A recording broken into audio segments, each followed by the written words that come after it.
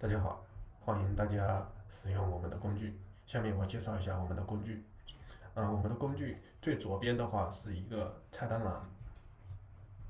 栏，小说的菜单目录。中间的话是章节的编辑器，章节的编辑。右边的话是工具，我们可以看一下，这里可以显示隐藏，这边可以显示隐藏工具，然后也可以拖动，这边也可以拖动。我们先介绍一下左边的工具栏，目录栏。目录栏的话，这里可以新建章、新增卷，然后可以去章卷里面去编辑作品相关，也可以如果删除的话，这里是有回收站的，我们可以删除，也可以重命名，也可以去把书导入进来，也可以把整本书导出，然后这里也可以去搜索，全文的搜索，找到对应的那个内容，然后可以替换。这是我们的目录功能。中间的区域就是我们的编辑器区域，这里是编辑器常用的一些字体什么的。然后我们可以看一下，可以调整字体大小，然后紧凑，然后也可以去排版。这里可以快捷键 Ctrl+S 是保存，Ctrl+K 是快捷键排版。好，这里是其他的一些功能，我们就撤销返回。好，我们说一下章节编辑器。章节编辑器的话有一个历史记录，你修改的每隔几分钟的话会保存一次你最新的历史，这样的话你丢稿了，然后出现意外了，你也可以找回以前的版本。我们编辑器除了写小说之外，有一个比较强大的功能，我们看一下，这里显示的，按下 ESC 键唤起 AI 助手，我们按一下，好，这里就可以根据你的上下文前面的这些内容去直接去续写，这里可以去直接续写，我们试一下直接续写，它是根据你的上下文去续写的。好，我们看一下啊，而且是根据你的上下文体的风格，写作的风格也是一致的。好，我们停止一下，这里可以应用，可以重试，你觉得不好可以重试，也可以返回到上一步，也可以取消。我们重试一下。好，我们按下 ESC 键可以停止。好，停止了。然后我们可以回到上一步，我们可以直接续写，对吧？我们也可以告诉他下面怎么写，比如说你叫什么名字？我是刘琼，按照这个去续写，我们看一下我叫刘琼。你可以告诉他你的下面的后续的一个发展是什么样的。那你也可以做个调整，比如说刘琼写完之后，可以把刘琼换成张三，试一下。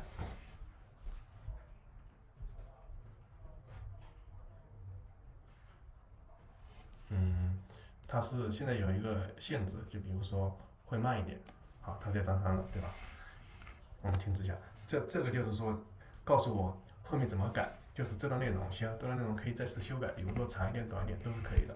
好，我们回到上一步。那续写的话，也可以直接续写，也可以给他一个期望的情节，后续情节的一个期望的发展。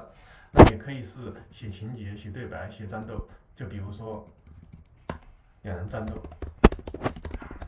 两人进行剑术。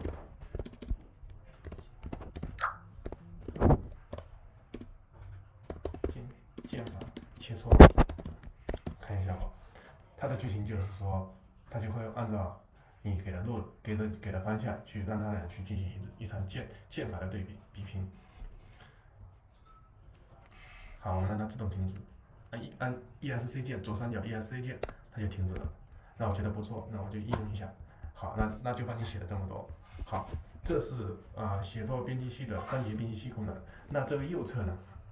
右侧就是我们的工具栏，工具栏有很多功能，比如说创作功能，它就可以帮你去写特定的情节，就是比如说你写一个特定情节没有上下文的，也可以去帮你改特定的内容，也可以帮你去续写一些特定的东西。然后修改的话就是错别字，找到你的本文的错别字，本章的错别字。然后斟酌语句就是本章里面有一些语句是否用的不恰当，它会帮你去找到，然后给你一些建议。敏感词也是找到敏感词。章章的话，这个就是本章的大纲。我们写小说的话，肯定是有框架的，每章都有章纲的。然后本章的细纲是本章的灵感就记录在这里。这个我们等一下再介绍。角色就是我们有一个角色表，就是你的小说有很多角色，我们看一下，这里就可以添加角色。这样的话，你的角色就比较立体了，它的外形是什么，风格是什么。当然，如果你没有灵感，这里我们可以有一个灵感工具，给你一些角色上的灵感，比如说是仙侠的，我们换个示例，看一下，它会给你一些灵感。对，它的外形是什么，性格是什么，特点是什么，能力是什么。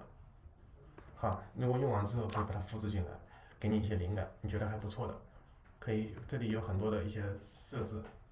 好，这里是角色的，然后设定就是一本完整的书肯定是有设定它的主题是什么，目标是什么，目标读者是谁，是什么类型的，它的简介是什么，故事梗概是什么。这里也可以有灵感，就是给你一些灵感，是什么样的故事背景，他写什么样的故事，标签是什么，是魔法的什么的，我们换个实例，就给你一些灵感。那世界观也是的，世界观我们试一下，世界观它也是可以给你一些灵感的，比如说背景是什么，历史小说，标签是什么，描述是什么，我们看一下，给你一个世界观灵感。我要写一个爱战的一个故事，犹太人的故事，他就给你一个比较好的世界观。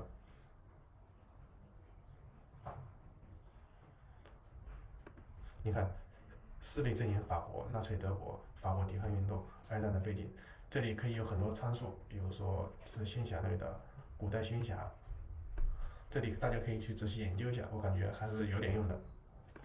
那 AI 助手的话，就是我们写小说的时候可能有一些问题，就比如说，我写一个那个奇幻小说或者玄幻小说，就是《山海经》中的穷奇，我们是需要去在网上查资料它的描写，对吧？我们看他帮我写的是什么样的。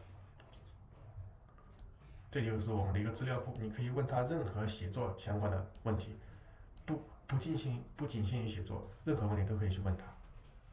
这只是一个示例啊，可以问他所有的问题。这里可以看到历史记录，也可以有一个新绘画，比如说帮你写一个场景，帮你了解一下一个人的背景，韦小宝是什么样的，这里就可以自己去研究。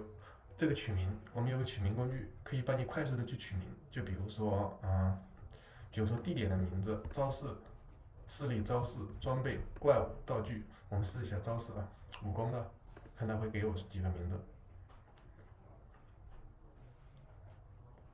你看，然后我觉得不好，我再换一下，觉得这不太好。我们再换一下人物，看一下人物是什么样的。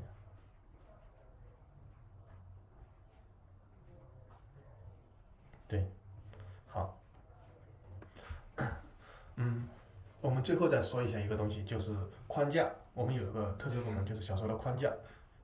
这里也会说的，就是这里有个框架，这里呢都可以进去。框架是什么？就是一本小说它是有设定的，比如说主题、目标、简介、故事梗概、世界设定、角色表，这个是你小说的一个整个的设定。然后你还有，这里我换个名字，你看它的名字就是主角，可以展开看到它的一些信息。这是我随便填的一些设定。这里就是目录，比如说我有那个20章吧，这本小说有20章，我每一章，第一章写什么，第二章的大纲是什么，第三章的大纲是什么，第四章的大纲是什么，它的细纲是什么，这里都可以填。填完之后，我们就可以去看到了。就比如说第一章的大纲是这个，然后我写第二章的时候，我们就可以看到本章的大纲根据大纲去写，然后在这里就可以看到一个清晰的你的小说的一个全小说本章小说全局的一个视角去看到它的剧情发展、它的推进，然后也可以在这里换题助手，助手可以给你一些左上角这里啊，看到给你在助手里面也可以问到一些写作一个框架相关的问题，比如说女频小说的框架怎么写，帮我设计一个玄幻小说的框架，西游记的世界观是什么？这里可以问一些相关的问题。好，那整个工具的一个基础的一个视频教程我就讲完了，谢谢大家。如果大家对这个工具有兴趣，或者想更深一步的去了解，或甚至想了解一下手机版本的 APP 版本的，可以加我们的群，在这里有一个群，左右下角这里点击可以给我反馈意见，也可以加入我们的群，这是我们的工具群，谢谢大家，这是微信群啊，谢谢大家。